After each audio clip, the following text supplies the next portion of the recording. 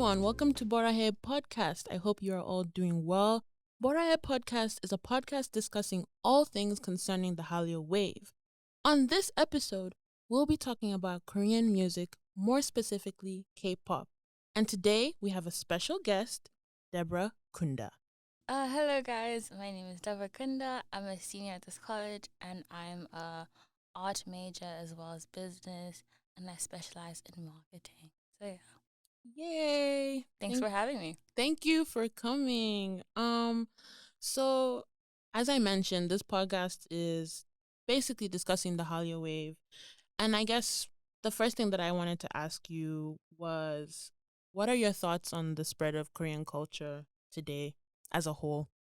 I think it's really good. I feel like with any country that has like a specific thing that they do that they're known for, I think it's always great when people dive deeper into the culture itself and not just take that little bit and make that the culture, but think of like going deeper into the culture. So I feel like K-pop has really helped with making the Korean culture a bit more like known and stuff like that. So I really think that's a really good thing.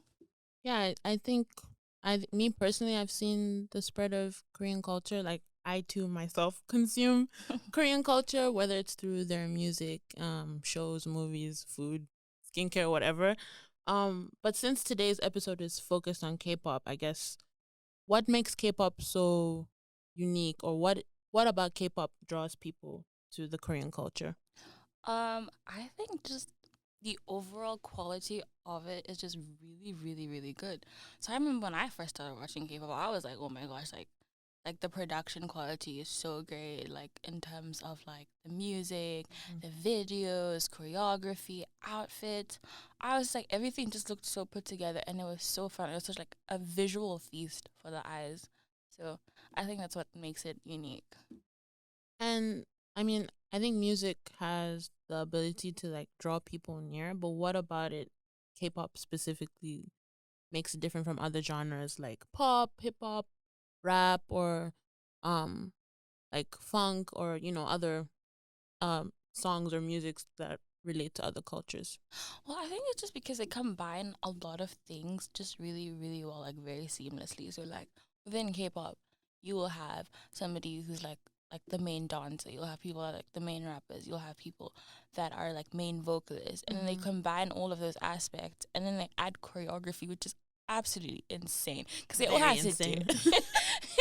No, it really is because they all have to do, and they have to be synchronized, and like facial expressions. Also, that's a big thing. Facial expressions within K-pop actually showed me how much facial expressions actually matter when it comes to performance and videos. So I think they kind of just showed like, I think just a higher tier of production quality and just music quality in general. And I think that's what makes it so unique. Some K-pop groups have like themes, like a theme consistent throughout. Yeah. So like I think that's really cool, and I don't know if that's been done anywhere else, but to me that was my first time experiencing that. Like having like maybe like a group that you're listening to and they have this like theme. Like I think TXT has this theme that's basically just about like growing up through like different stages of your life, like from being like a child to puberty through adulthood. So you're kind of seeing those themes, and they kind of keep it consistent throughout the different things that they do, like whether it's through merchandise, whether it's through their outfits, whether it's through their videos, their lyrics. They just keep everything really tight and really just branded. So like everything I think is just really well encompassed. So yeah, I think that's what really makes it unique. I think I definitely agree. They definitely do sell their songs or their themes, and I was thinking about that as well. The way they construct their themes, they make you feel like you're part of the journey. Yeah, I agree. Even the way like the whole process of becoming a K-pop group happens.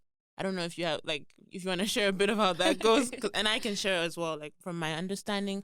But even like that whole process, they have like survival shows where like pre-debut or pre the group existing, like you are part of that experience. You see them going through challenges, you see them growing, whether it's through their singing, their music writing, like you get attached to them. And then when you see them succeed and forming a group, it's like, wow, you feel so accomplished. So I think that's something else that I really appreciate about K-pop is that you feel so connected to the people within that group. And I don't know if you have any thoughts about that as well. Yeah, I think that like the fact that they make you feel so connected to them. So I feel like they do such a really good job with that, because even like with the light sticks, like every different K-pop group will have a light stick. They will have photo cards. The way that they advertise, like it just makes you feel like you're like with them, and it kind of creates that. I forgot what that word is, but there's a word for that, like having like a relationship with celebrities, but like I forgot the word. Oh my gosh, I use it so often. What is going on? Oh my But I English. guess just for people who don't know, K-pop is structured in a way where the fans are like, there's a connection with the fans. And like you mentioned, light sticks, which are, I don't know how to describe them, but they're essentially like light sticks, but it's something that the fans can use to, like, cheer on the boy group that they're supporting or the girl group that they're supporting. And a lot of the groups have different types of light sticks. They're all designed differently. They all have different features, which is pretty nice. She also mentioned photo cards. I think it's similar to like the same way you can buy like albums and CDs from other artists. Most of K-pop albums come with photo cards, which is a picture of some of the, well, depending on which ones you get, but it's a picture of, a member from the boy group. So it's like these like memorabilia, if that's the word, like, or like souvenirs that you can get and you can like keep for yourself, or what's the word, collect them. There's a lot of collectors in K-pop, so I think that's something that's also that is not seen in other genres or music industries. With K-pop, it's like the album package comes with CD, a photo card, a photo book, like it. There's more to it, so. Yeah, and I think I actually found the word that I was looking for. It's called parasocial relationships. Yeah, fancy. It's a fancy word.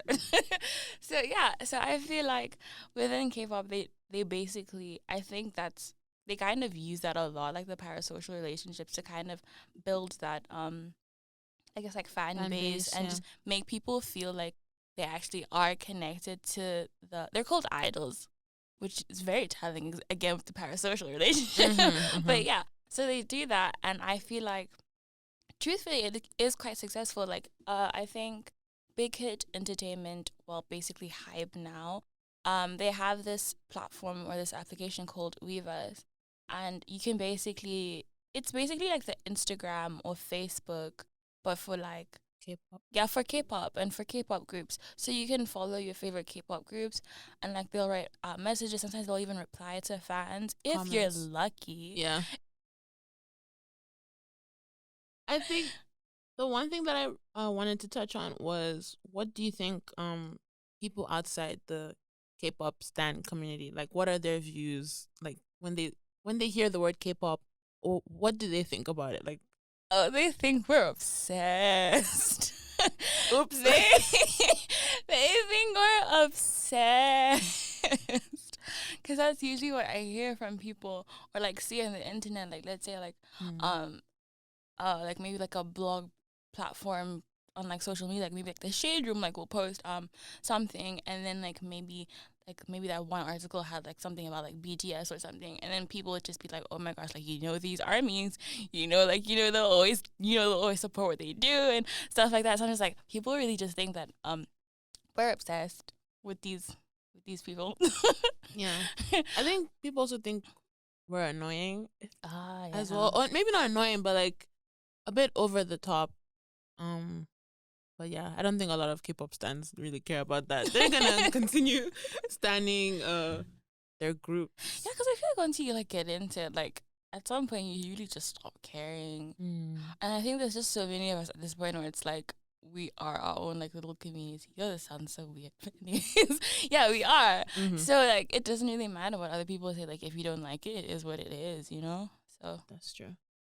So you've been mentioning TXT, BTS, like all these other many groups, but what was the first K-pop song you heard, and when and where did you hear this first K-pop song? Oh, this is a layered question. Okay, what was the first K-pop song then? Okay, so basically, it was a couple years ago when I was like in Form 1 or Form 2. I think that's like grade 8 or grade 9 here in the States. So I remember like we used to have these like little showcase thingies or like these little events where you could perform and stuff. So one of my friends later became one of my best friends. Not related to K-pop or anything. We didn't become friends because of that. Don't get it twisted. Don't get it twisted. But yeah, one of my best friends, she's Korean and she really loves K-pop, or she did back then. Oh, this is sounding sad. Anyway, so she really loved K-pop and she used to do like covers on like dance covers on them, like when she'd perform them at the school. So one of the first songs I think was either from Big Bang, Good Boy, or it was from Icon, Bling Bling Bling.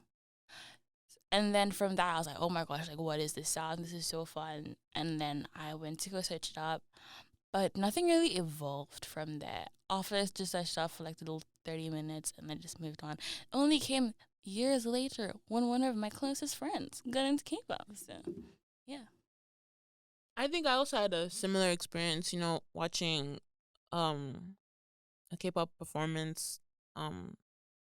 It's so funny because we went to the same school. We were talking about the same thing. But I guess seeing a performance, it was Asia Week in our school, and there was celebrating. Oh yeah, that's what it was. Yeah.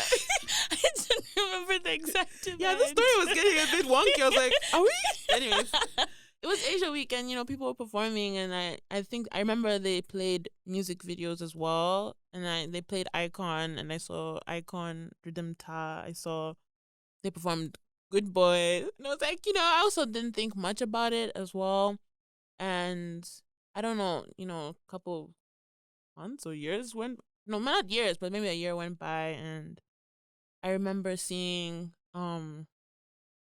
BTS. They had won, I think they had won a Billboard Music Award, and they also performed, and I think like that was when a lot of people were like, paying attention to them, and that's when I saw them perform. I'm like, wow, they're singing and dancing, and then it just became a rabbit hole from there, and just got lost.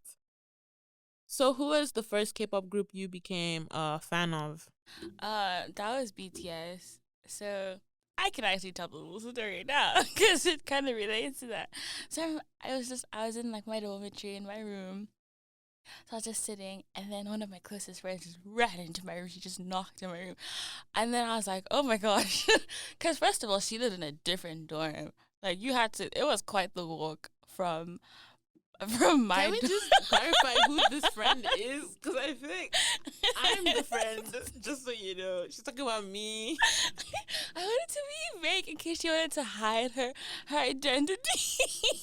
Trying to make the podcast mysterious. So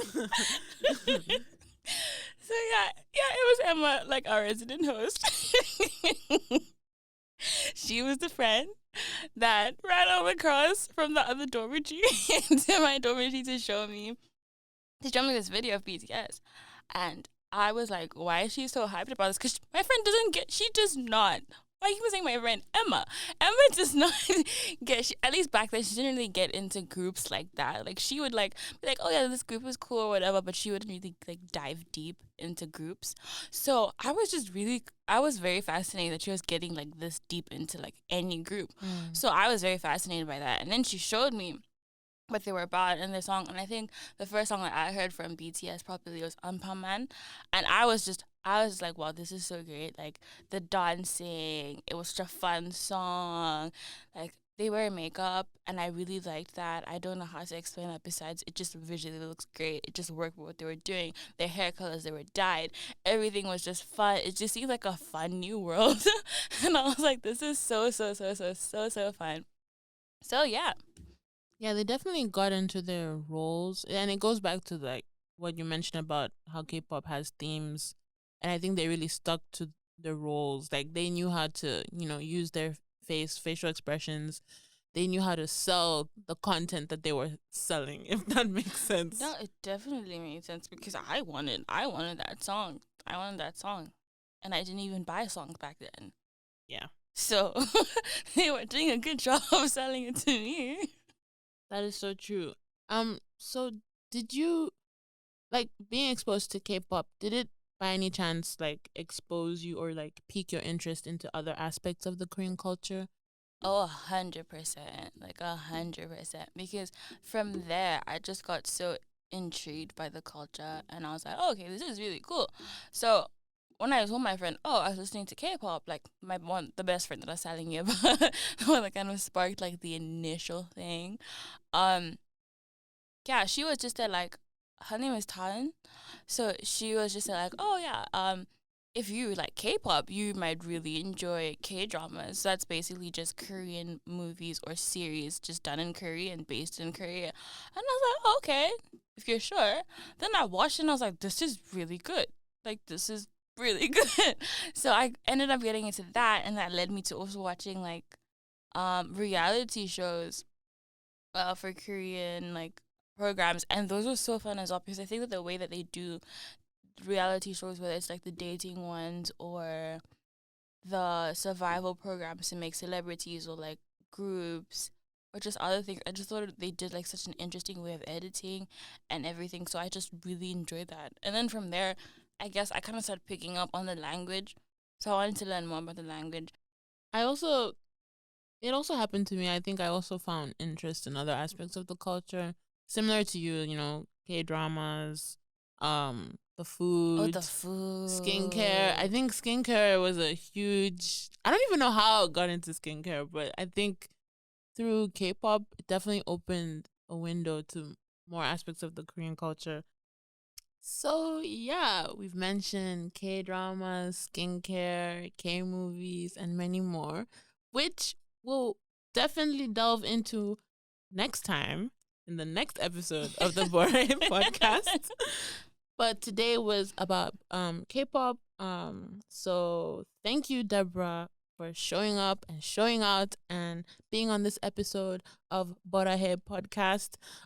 So to our listeners, stay tuned for another episode where we'll delve deeper and deeper into the Hallyu wave and explore more of the Korean culture. Deborah, do you have anything to say to the listeners before you go?